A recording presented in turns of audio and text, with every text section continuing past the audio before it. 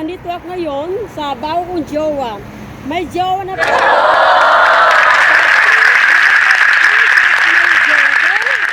So, pasok na po ako dito aking jowa.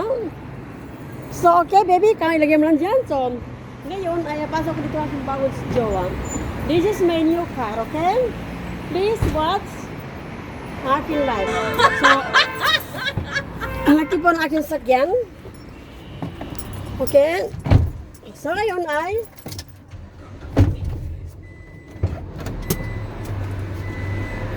So, ito po ang bago kong sakyan. So, panoorin nyo ang aking live bago pong sakyan.